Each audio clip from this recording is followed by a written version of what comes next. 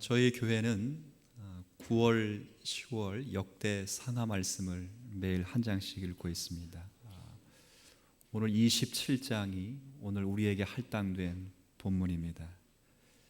27장의 말씀은 다윗이 자신의 뒤를 이어 왕이 될 솔로몬에게 왕권을 넘겨주기 직전에 군사 조직과 공무원, 행정 조직을 개편하며 정비한 내용입니다. 성경을 매일 한 장씩 읽다 보니까 이런 성경도 있습니다.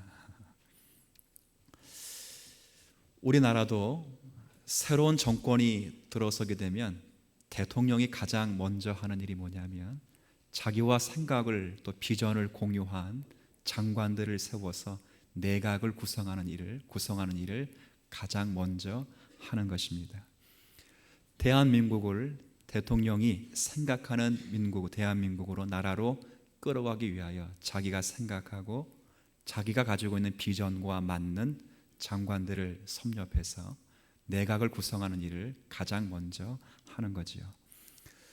근데 이 일을 새롭게 왕이 되는 솔로몬이 하지 않고 이 일을 지금 누가 하고 있냐면 왕권을 넘겨줘야 될 다윗 왕이 하고 있습니다. 이것은 다윗이 개인의 영달을 위하여 솔로몬을 은퇴 후에도 이렇게 쥐었다 폈다 하려고 하는 그런 작품이 아니라 이미 하나님께서 다윗에게 주신 언약 안에 그 나라의 어떠함을 우리 이미 말씀해 두었기 때문에 그 내용을 다윗 왕이 확신하고 그 언약에 합당하게 나라를 조직하고 솔로몬 왕에게 물려주기 위함인 것입니다. 거기에 내용에 잘 보면 이 나라가 하나님 안에 있고 하나님 앞에서 하나님을 의지하는 이 나라에 흥망성쇠가 있다는 것을 다윗이 잘 알고 있습니다.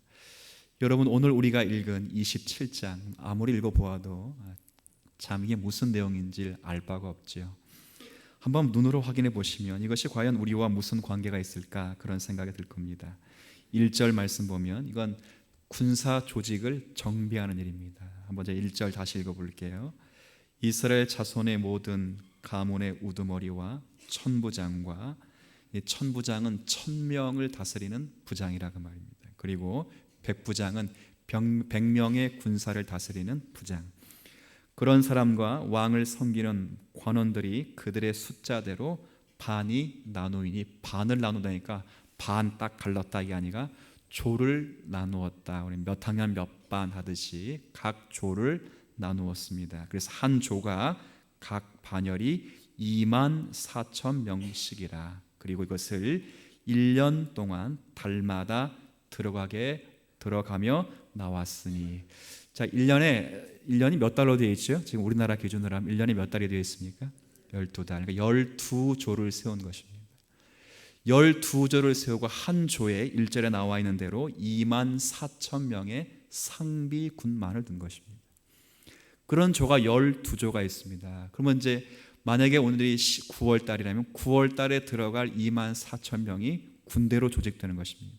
그럼 나머지 26만 4천 명은 뭐 하냐면 예비군 성격이 있는 것입니다. 11달 동안은 자기 직장, 자기 사업, 자기 가족, 자기 학업, 거기서 공부하고 학업하고 또 일을 살아가는 생활 터전에서 살아가는 것입니다. 이런 성경을 읽고 이렇게 생각할 수 있습니다. 과연 이스라엘 민족이 작은 민족이 아닙니다. 그 당시 팔레스타인 가운데 가장 인구가 많고 아마 가장 나라가 번성한 나라 가운데 하나입니다. 그 나라를 지켜가야 될 상비군이 현역이 지금 우리나라 현역이 60만 아닙니까? 60만. 그의 택도 없이 그의 24,000명으로 수백만 명의 이스라엘을 지킨다. 이건 상당히 어려운 얘기입니다. 지금처럼 유엔이라는 기관이 있어가지고 세계 평화를 도모한다거나 인류 복지를 지향하는 그런 기관이 있어 조율하는 시대가 아닙니다.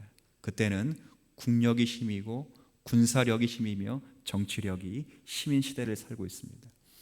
근데 그런 시대에 24,000명으로 이스라엘 백성의 전체 나라를 지킨다는 것은 다윗이 어떤 영적인 사실을 아는 것입니다.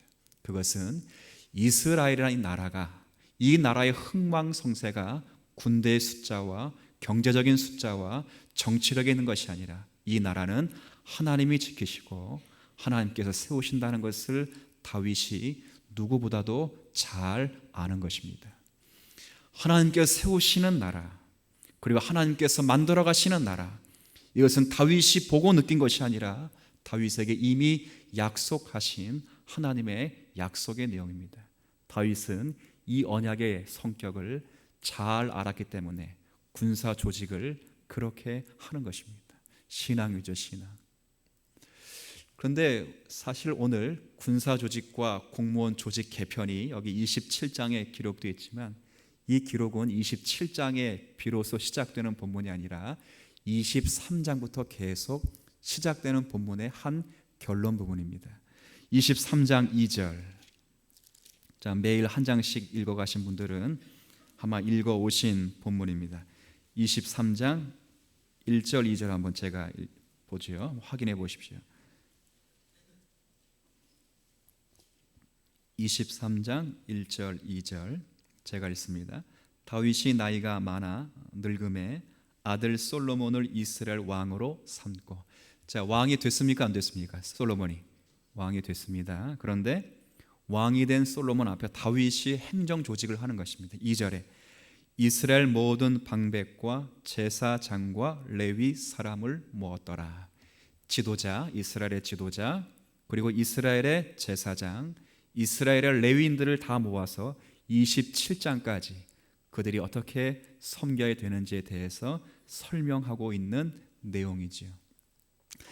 우리의 관점이라면 제사장, 레위인, 지도자, 제사장, 레위인을 불렀으면 누구부터 세워가야 될까요? 아마 보통 상식이라면 지도자, 정치 장관들, 그리고 공무원들, 그리고 나서 제사장, 그리고 레위인들, 이렇게 세워 나가야 될 법한데 다윗은 거꾸라는 것입니다. 레위인 세우고 또 그리고 레위인을 이끌어갈 제사장을 세우고 다시 레위인을 세우고 그리고 오늘 읽은 27장의 군사 조직과 공무원을 맨 나중에 세워나가는 것입니다.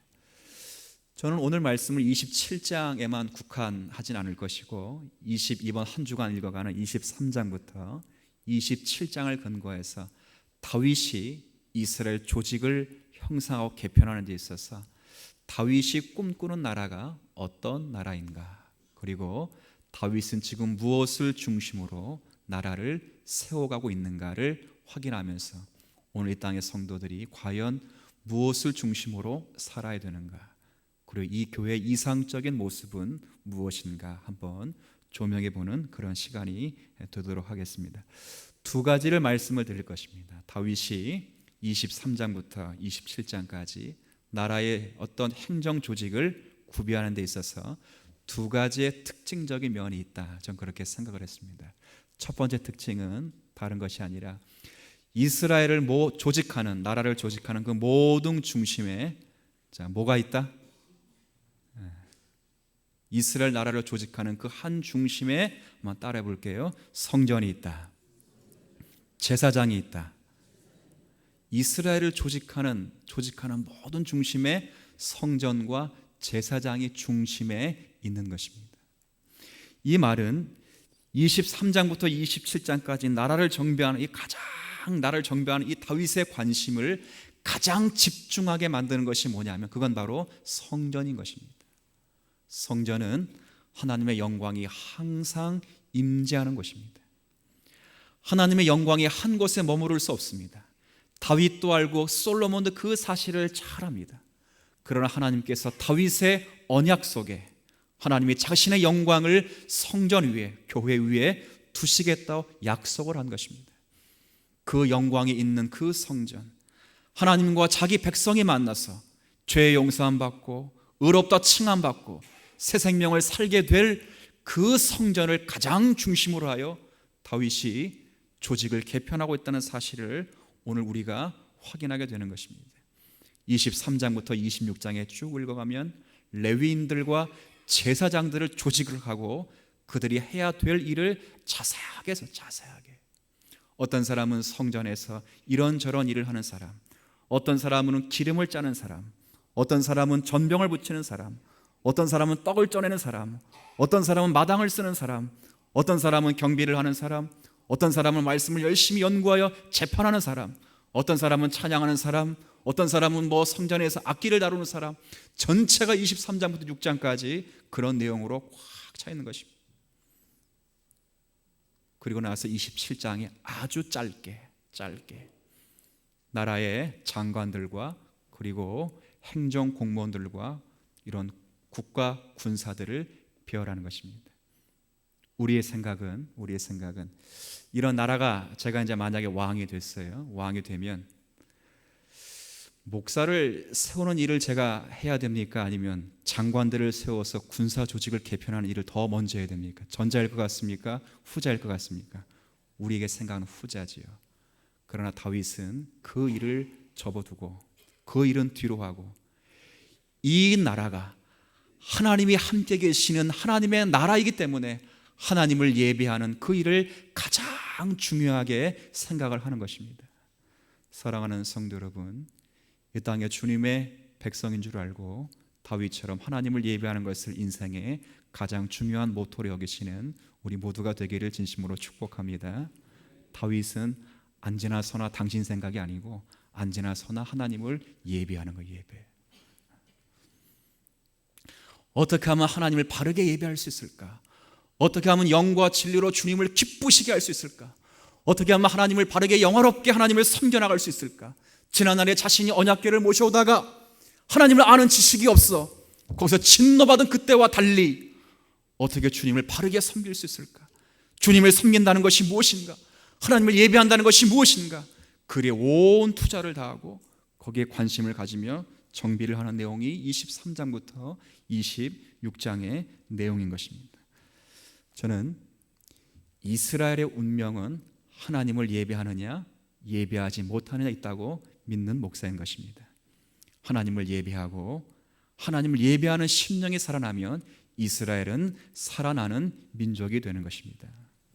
국가의 운명과 교회의 운명은 하나님께 예배하는 성도들의 마음에 있는 것입니다. 영적인 사실을 알아야 되는 것입니다. 이 땅의 수많은 복지와 경제와 국민이 이 민족을 살게 하는 것이 아니라 이 민족에 흩어져 있는 모든 신앙인들이 하나님을 예배하며 섬기며 주님의 뜻을 나타날 때 그 나라와 그 교회와 심령이 행복이 있는 것입니다. 이것이 다윗이 우리에게 알려주는 영적인 비밀인 것입니다.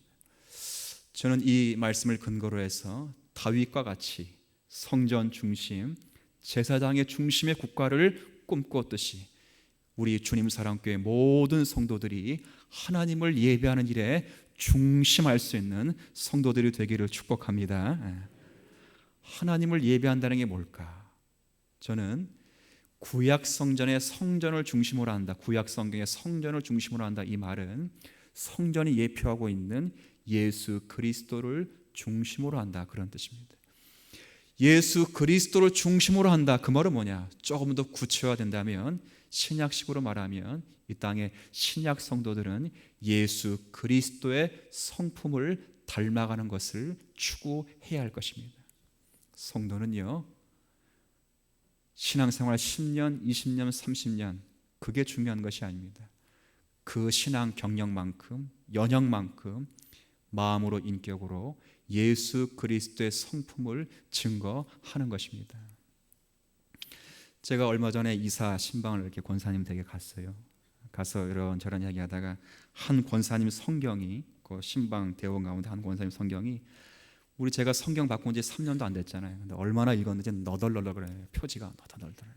이 권사님 고민은 이 성경 표지를 바꿔야 되는데 이게 어디서 바꾸는지 모르시는 거지. 바꾼다는 얘기를 들었는데 제가 그랬어요. 바꾸지 마세요, 권사님. 성경이 참 경건해 보입니다. 그랬어요. 권사님 저한테 뭐라 받아쳤는지 아세요? 목사님, 경건은 성경책에 있는 게 아니라 경건은 우리의 인격으로 묻어나야 합니다. 제가 먹었어요, 안 먹었어요? 제가 가르친 3년 동안 가르친 내용입니다. 그게 그분은 깨달은 거죠. 참된 경건, 참된 신앙은 일적이고 표면적으로 나타나는 것이 아니라 여러분의 신앙의 열매와 인격으로 나타나는 것입니다. 성령의 9가지 열매를 잘 보십시오. 거기 어디 부귀 영어가 있습니까? 사랑과 화평과 오래 참음과, 그렇죠, 자비와 양성과 절제와 충성, 이런 모든 것들은 예수 그리스도를 구주로 아는 성도들이 인격 속에 누려가야 할 덕목인 것입니다. 우리 주님 사랑교회 그런 면이 넘치길 축복합니다. 저는 교회가 일적이고 그리고 어떤 행사적인 면에 있다 그렇게 생각하지 않습니다. 저는 교회는 하나님의 은사와 지식이 열매로 드러나는 그 면에 있다 그렇게 생각을 합니다. 무엇을 근거로 그렇게 말씀하십니까? 이렇게 물으면 항상 전 고린도 교회 이야기를 합니다.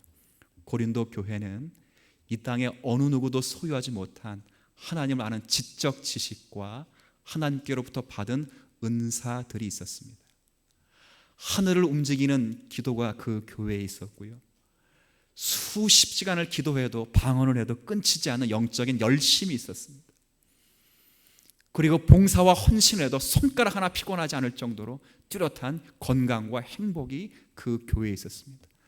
그러나 그런 열심 있는 교회가 사도 바울로부터 가장 심한 꾸중을 듣습니다. 그 꾸중의 내용이 뭡니까? 지식과 은사가 일적인 면으로 있고 사건적인 면으로 있는데 그 지식과 은사가 신앙의 인품으로 배어나오지 않기 때문에 사도 바울이 그 교회를 가장 많이 꾸짖는 것입니다. 이 땅의 성도들이 누릴 수 있는 주님 사랑 교회를 이루고 있는 성도들, 여러분 잘 아실 거예요. 제가 3년 동안 목회하는 모든 목회의 과정의 그 결과는 신앙생활이라 한번 따라해 볼게요. 그리스도를 닮는 것. 누굴 닮는 거예요? 그리스도. 저는 처음부터 죽을 때까지 이 하나의 목표를 가지고 신앙생활을 하갈 것입니다. 여러분이 그렇게 열심히 기도하는 그 열심, 여러분이 그렇게 예배하는 그 예배의 열심, 그렇게 보는 성경의 낱장들, 그리고 하는 모든 봉사가 바로 그리스도를 닮아가는 인격의 한 부분의 표현이 되기를 진심으로 축복합니다.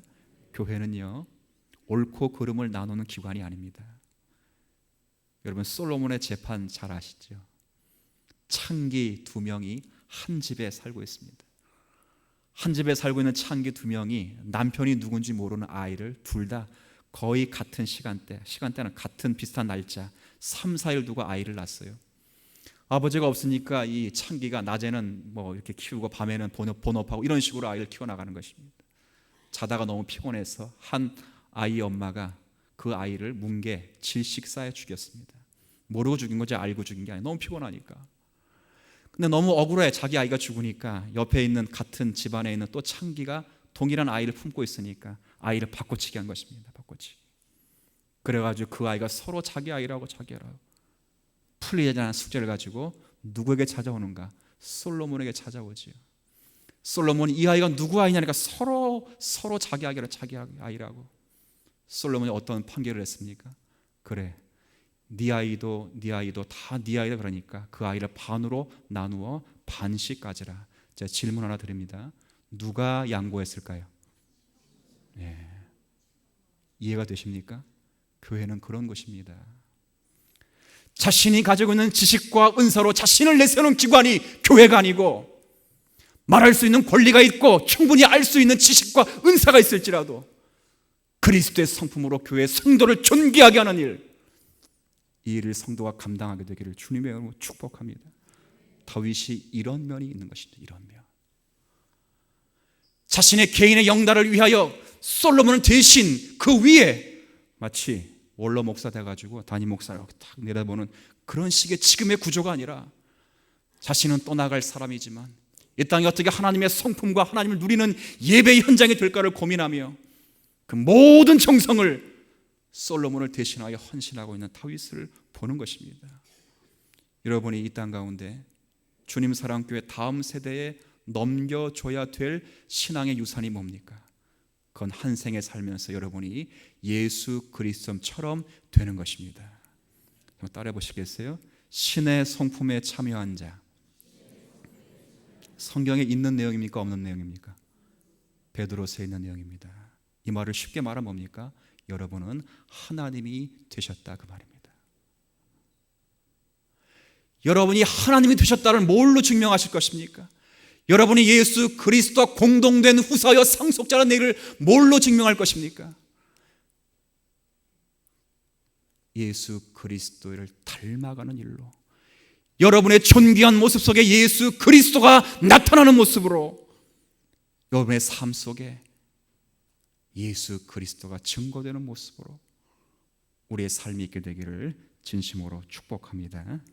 첫 번째는 성전 중심이요 제사장 중심, 이거는 하나님 중심, 예배 중심이요 예수 그리스도의 인격을 중심으로 사는 신앙생활이라 그렇게 말씀을 드렸습니다. 또 하나는 저는 이 23장부터 26장까지 읽어가면서 저는 성경 쭉 묵상하면서 다윗이 이스라엘을 조직하는 이 조직 속에 다윗이 삶으로 드리는 예배를 대단히 강조하는 측면이 있다 그렇게 말합니다. 한번 이거 따라 볼게요. 삶으로 드리는 예배, 이게 참 중요합니다. 제가 제목을 뭐라 정했지 한번 같이 읽어볼까요? 시작. 성전 밖의 조직. 자, 조직이라는 말 있는데 여기 27장에는 눈 씻고 찾아보세요. 성전이란 말이 언급되어 있지 않습니다. 아무리 찾아봐도 성전이란 말이 없습니다. 근데 다윗은 23장부터 27장까지 딱 둘로 나눕니다. 성전 안의 조직과 성전 밖의 조직입니다. 중심이 뭐라고요? 아까 첫 번째 말씀드린 것처럼 중심이 뭐라고요? 성전입니다. 성전 안에 일이 있고 성전 밖에 일이 있습니다.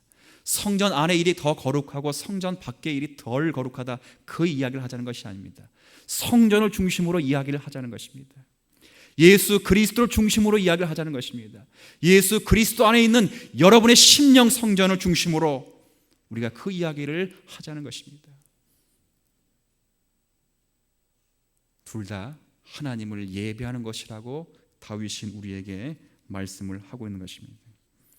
그래서 저는 이 땅의 성도들이 살아가는 삶의 자리는 두 가지 예배가 있다 그렇게 말해요. 첫 번째는 지금처럼 정해진 시간에 한 공동체가 되어서 정해진 본문을 읽고 정해진 시간과 장소에서 예배하는 의전적인 예배가 하나가 있습니다. 또 하나는 지금처럼 이런 옷을 입거나 이렇게 미소 짓지 않는 그런 환경에서 삶으로 드리는 예배가 있다, 그렇게 생각을 하는 것입니다. 성경은 두 예배를 다 강조하는 것입니다. 너희가 하나님께서 기뻐하시는 거룩한 산 제물로 하나님께 너희 자신을 드려라, 이것이 영적 예배니라 그랬어요.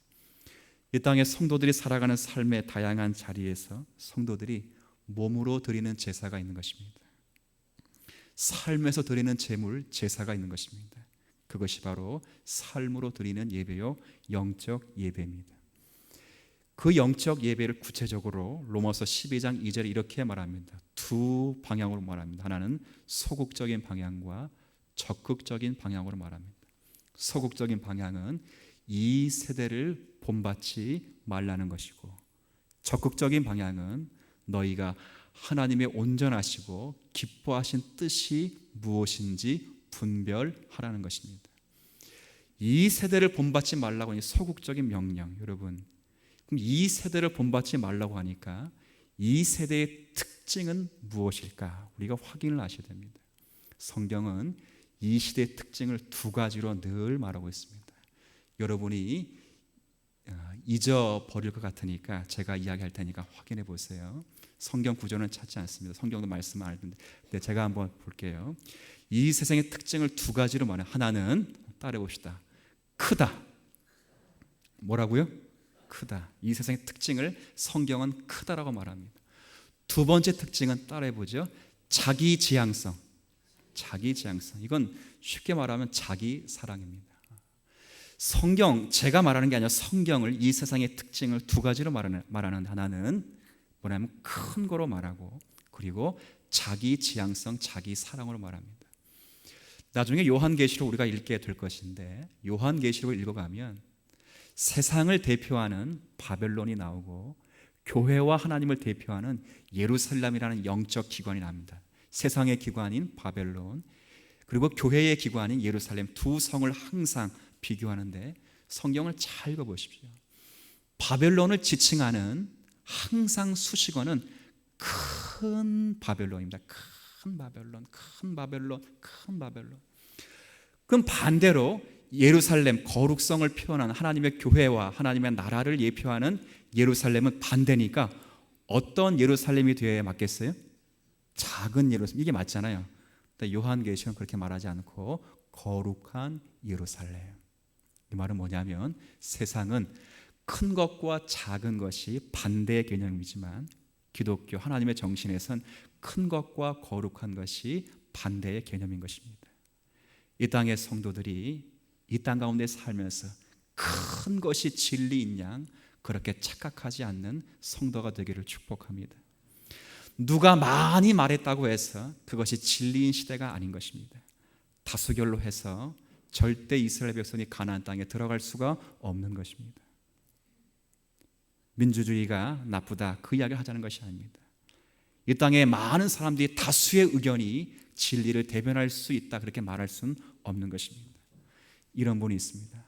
예수를 믿으면 복을 받는데 건강의 복, 물질의 복, 예수 믿는 나라는 다 잘 살았다고. 예수 믿지 않아도 못 사는 나라고 있고요, 예수 믿지 않아도 잘 사는 나라가 있는 것입니다. 유럽의 나라들 얼마나 잘 삽니까? 예수를 믿었었지요. 지금은 인구 10%도 예수를 믿지 않은 나라입니다. 큰 것이라고 해서 모두가 다 우상스럽게 생각하고 그것을 교회 성도들이 추구할 것이 아니라 큰 것일지라도 그것이 진리를 대변하고 있는가 항상 성도들이 그 생각을 하시면서 하나님이 기뻐하시고 온전하신 뜻을 삶으로 나타나며 살아가는 성도가 되어야 할 것입니다. 그래서요, 칼빈 같은 선생님은 하나님께 드린 예배를 영광스러운 예배라 이렇게 표현했어요. 왜 영광스러운 예배를 표현하는가? 첫째는 하나님을 거룩하게 하는, 하나님의 거룩함을 드러내는 수단이고 하나님의 영광을 선포하는 수단이 바로 예배이기 때문에 그렇습니다. 이렇게 말했습니다. 칼빈 선생님께서 예배를 둘로 나눕니다. 하나는 지금처럼 시간을 정하는 의식적인 요한복음 4장 24절처럼 의존적인 예배가 있고, 또 하나는 의존적인 예배가 아니라 삶으로 드리는, 각자의 삶의 자리에서 삶과 마주하여 드리는 예배가 있다, 그렇게 말씀을 드렸습니다. 저는 이 두 예배가 서로 맞물려 있다고 생각이 됩니다. 의존적인 예배의 성공 없이 삶의 예배의 성공이 없습니다. 삶의 예배의 성공 없이 의존적인 예배의 성공이 있을 수 없는 것입니다. 이 두 개는 항상 맞물려 예배의 핵심을 이루어갑니다. 제가 예전에 우리가 이제 이사야 성경을 지난 여름에 읽었잖아요. 읽으면서 이사야 성경 읽으면서 1장을 보며 많이 놀란 적이 있어요. 하나님이 두 개 때문에, 제가 좀 저급한 용어를 쓰면 힘들어 죽겠다 이렇게 말합니다. 두 개 때문에. 뭐 때문에? 하나는 배불러 죽겠다 이렇게 말씀하시고, 하나는 지겨워 죽겠다 그래. 지겨워. 하나님이 그런 표현을 쓴 거 봤어요? 나 배불러 죽겠다. 그리고 지겨워 죽겠다. 뭐 때문에 그런지 아세요? 배불러 죽겠다 하신 말씀은 다른 게 아니고 너희들이 바치는 무수한 제물, 너희들이 드리는 순양의 번제, 너희들이 갖다 드리는 바치는 짐승의 기름 때문에 나 뭐 해 죽겠다고요? 배불러 죽겠다. 지루해 죽겠다. 지루해. 뭐 때문에? 너희가 매달 첫날 드리는 월삭 때문에, 너희가 매 주마다 드리는 안식일 때문에, 너희가 성회로 모이고 대회로 모이는 그 각종 예배 때문에 내가 지루해 죽겠다. 아니 목사님, 하나님, 그 무슨 섭섭한 말씀을. 하나님께 예배드리고 헌금하고 제사하는데 왜 그렇게 지루해 죽겠고 배불러 죽으십니까? 물을 수 있지요. 그때 하나님 말씀하신 겁니다. 삶의 예배는 고묘양이면서 복 받겠다고 예배당 출입하며 헌금 드리고 기도하는 그 예배를 내가 더 이상 못 받겠다는 거예요. 이 의존적인 예배에 성공하는 성도들은 이 땅에 반드시 삶의 예배에도 성공하여 드려라, 그렇게 말을 하는 거죠. 삶의 예배에서는 신원, 고아와 과부를 신원하지 않고 공의와 사랑과 용서와 정직과 공평을 상실한 채 자기가 가지고 있는 큰 것을 누리기 위하여 거짓말하고 횡령하고 남을 모함하고 더 교회 뺏으면서 교회당 와서 넉넉히 하나님께 드리는 성도들 하나님이 배불러 죽겠다, 지겨워 죽겠다, 하나님이 꾸짖으시는 것입니다. 이 땅에 교회를 비탄하는 많은 비탄의 소리를 귀 기울여 듣기를 바랍니다. 100% 맞는 말도 아니고 10% 맞는 말이 아니라 일리가 있는 말들이 있는 것입니다. 그들이 우리를 비판하는 것은 지금 드리고 있는 예배의 부족성 때문에 그런 것이 아닙니다. 이 예배는 열심히, 그러나 여기서 드린 이 예배가 삶으로 나갈 때 삶에서 예배로 승화되지 않는 그 면을 이해하는 것입니다. 그렇죠. 예배당에선 주여 주여 회개 눈물 콧물 은혜 축복 할렐루야 아멘을 남발하면서 이 땅에 살아가는 삶의 자리에서는 거짓과 비판과 몰수와 악을 꾀하는, 너희들이 저 악한 정치보다 나은 것이 과연 무엇이 있느냐 묻는 거죠. 성도 여러분, 의전적인 예배 참 저 거룩하게 보이죠. 깨끗하게 입고 오고, 제가 주일날은 이렇게 로션도 예쁘게 잘 발라요. 그러나 제 예배가 이 예배의 성공뿐만 아니라 한 주간 살아가면서 아내와 자녀와 성도들과 학업과 제가 섬기고 있는 모든 일에 하나님을 섬기는 성품명으로 성품적으로 넉넉함이 베풀어 져야 할 것입니다. 제가 우스갯소리에 말하죠. 주님 사랑교회 성도들이 한신교회를 가면 썩은 물건을 일부러 내놓을 수 있는 그런 성도들의 신앙의 인격이 되셔야 돼요. 주님 사랑 교회 권사님 떴다 그러면 잘 준비된 물건을 다 숨기는 그런 성도가 되지 마시고, 주님 사랑 교회 성도들이 어느 자리에 어느 식당에 어느 가게에 있을지라도 썩은 물건까지 내올 수 있는 그런 넉넉함이 인격으로 배워 나오셔야지요. 축복합니다. 저는 신앙생활을 그렇게 생각합니다. 수십 년 기도했는데, 수십 년 신앙생활했는데 자기가 목사를 몇 명이 섬기고 매달 얼마씩 지원하고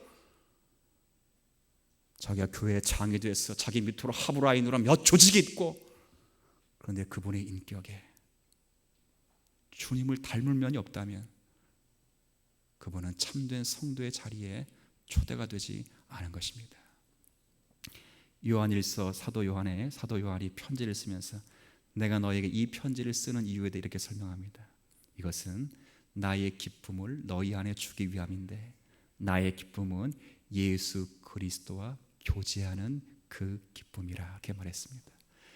예수 그리스도 교제하는 그 기쁨은 기도한다는 뜻이 아니고 예수 그리스도의 성품으로 살아가는 삶의 자리에 비록 전투하는 성도일지라도 함께 초대되어 주님의 기쁨으로 이 자리에 섬기자, 그렇게 말씀을 하는 것입니다. 제가 너무 무거운 이야기를 했어요. 목사님, 참 그렇게 우리를 혼내시는 겁니까? 저는 그렇게 생각해요. 이 땅에 가장 매력 있는 종교, 우리나라에서 가장 매력 있는 종교 중에 하나가 뭐죠? 우리나라뿐만 아니라 전 세계적으로 불교죠. 불교예요. 가장 매력 있는 종교가. 근데 불교의 모토가 뭐죠? 자기 것을 비우는 것입니다. 한국의 불교는 이게 좀 약간 변형됐어요. 한국의 불교는. 그래서 버리는 것 같지만 끌어들이는 게 불교지만, 이 땅의 불교에 잘 구성된 불교 나라들은 실제 자기를 비우는 거죠. 기독교가 그것만치도 못한다면 과연 이 세상에서 그리스도를 무엇으로 보여줄 것입니까? 모든 불교인들이 자기의 정력과 자신의 욕심을 다 내려놓고 있는데, 신앙인들은 그것 붙잡기 위해서 예배당 출입하고 그것 붙잡기 위해 사람 만나고 그것 누리기 위하여 기도하고 매어 달린다면 과연 여러분들이 이 땅에 주님의 뜻을 어떻게 드러내실 것입니까? 이런 염려하신 분 계세요. 그러면 우리 어떻게 먹고 살아요? 주님이 이렇게 말씀했어요. 안종석 목사가 말한 게 아니고 주님이 이렇게 말씀하셨어요. 제가 이야기 그대로 할게요. 야, 이 바보들아, 너희는 먼저 그의 나라와 의를 구하라. 그리하면 이 모든 것을 너희에게 더하시리라. 들의 백합화 봐라. 걔네들이 길쌈하는 거 봤냐? 수고하는 거 봤냐? 땀 흘리는 거 봤냐? 그러나 내가 먹이고 입힌다. 공중의 새를 봤냐? 걔네들 곡간의 창고에 곡식을 저장하는 법이 없다. 내일을 걱정하는 법이 없다. 그런데 내일을 내가 책임져 준다. 성도들 이 땅에 주님의 성품을 누리고 있는 성도들의 삶으로 드려지는 예배가 드려질 때 모든 인생의 주권은 하나님께로 있기 때문에 넉넉한 인생을 살아갈 것을 믿고 여러분이 신앙 가운데 주님을 닮아가는 것을 안팎으로 누려가는 성도가 되시기를 주님의 이름으로 축복합니다. 기도 올립니다.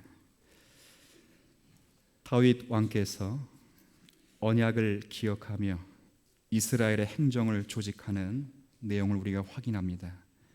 행정의 구별은 오직 성전 안과 성전 밖에 구별이 있을 뿐입니다. 성전 안과 성전 밖은 별개의 것이 아니라 하나님을 섬기는, 하나님의 통치를 실현하는 거룩한 기관들이 됩니다.